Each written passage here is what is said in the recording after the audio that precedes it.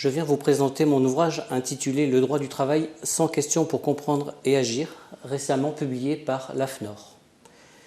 Destiné à tous les publics, il s'adresse en effet aux chefs d'entreprise, aux salariés, aux représentants du personnel, ainsi qu'aux étudiants. Pourquoi cet ouvrage ? Le droit du travail en sans question doit permettre aux utilisateurs de maîtriser les principales situations qu'ils rencontrent dans le monde de l'entreprise en étant à jour des dernières nouveautés, notamment celles issues de la loi relative à la sécurisation de l'emploi du 14 juin 2013. En effet, dans un environnement juridique qui ne cesse d'évoluer, il est toujours intéressant de connaître les règles essentielles du droit social, depuis l'embauche jusqu'à la rupture du contrat, en passant par le fonctionnement des institutions représentatives du personnel. Comment est organisé cet ouvrage ? Il s'agit d'un dictionnaire. Chacun des 100 thèmes qui sont abordés contient les questions et les réponses essentielles ou déterminantes qui permettent donc de gérer les situations quotidiennes que l'on rencontre dans nos entreprises. Je vous propose d'aborder quelques questions qui sont présentées dans l'ouvrage de droit du travail.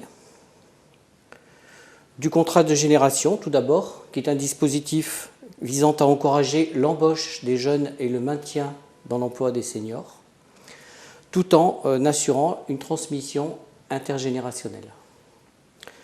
Il est également question des nouvelles règles applicables au temps partiel dont la durée a été portée à 24 heures, sauf dérogation, prévue par un accord collectif pour faire face à des contraintes personnelles ou cumuler plusieurs activités.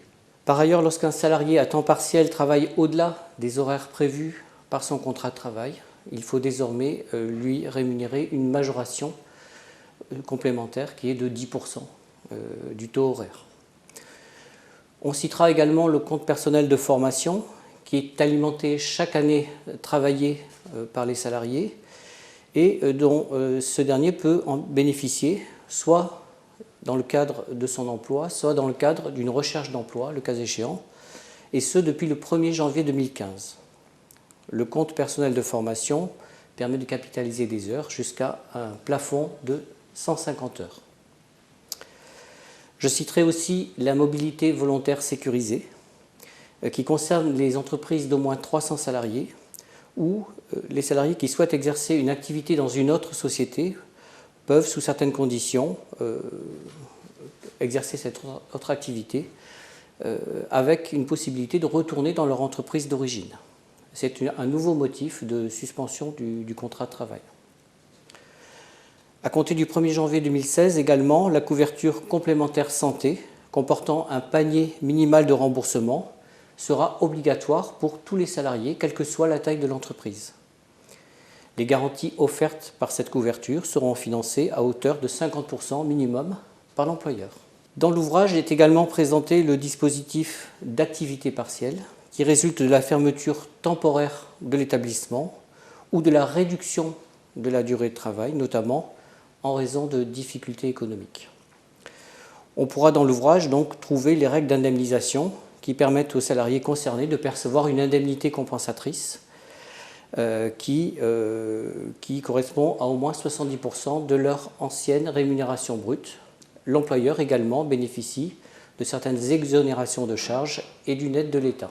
Également, afin d'améliorer l'information et la consultation des institutions représentatives du personnel et de favoriser le dialogue social, il est obligatoire pour les entreprises d'au moins 50 salariés de mettre en place une base de données économiques et sociales qui rassemble les informations relatives aux grandes orientations de l'entreprise.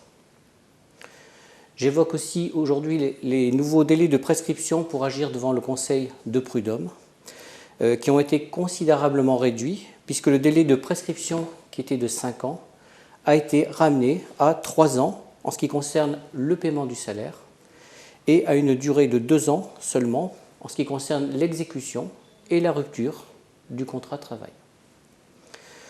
Enfin, dernier point, pour présenter les principaux points de l'ouvrage, lorsqu'un litige porte sur un licenciement et qu'il est examiné en phase amiable, eh bien, il est possible à l'employeur de proposer aux salariés une indemnité forfaitaire de rupture dont le montant est fonction de l'ancienneté du salarié, de ce dernier. Par exemple, pour une ancienneté comprise entre 2 ans et moins de 8 ans, le versement de 4 mois de salaire permet de mettre définitivement fin au litige. Pour conclure, l'ouvrage que je vous propose reprend en fait tous les thèmes liés à la naissance du contrat de travail, que ce soit donc l'embauche, le recrutement, le contrat de travail avec les clauses qu'il contient. Ensuite, il contient tous les éléments liés à la vie du contrat. La vie du contrat, c'est la rémunération, c'est le temps de travail avec la modulation, avec tous les modes d'organisation du temps de travail, ainsi que les absences que les salariés peuvent demander à leur employeur. Et enfin, tous les modes de rupture du contrat avec le régime applicable, que ce soit le licenciement, que ce soit la rupture conventionnelle, que ce soit la démission ou tous les autres cas de rupture du contrat. J'espère que cet ouvrage pourra vous apporter un maximum d'éléments pratiques au travers des 100 questions qu'il contient.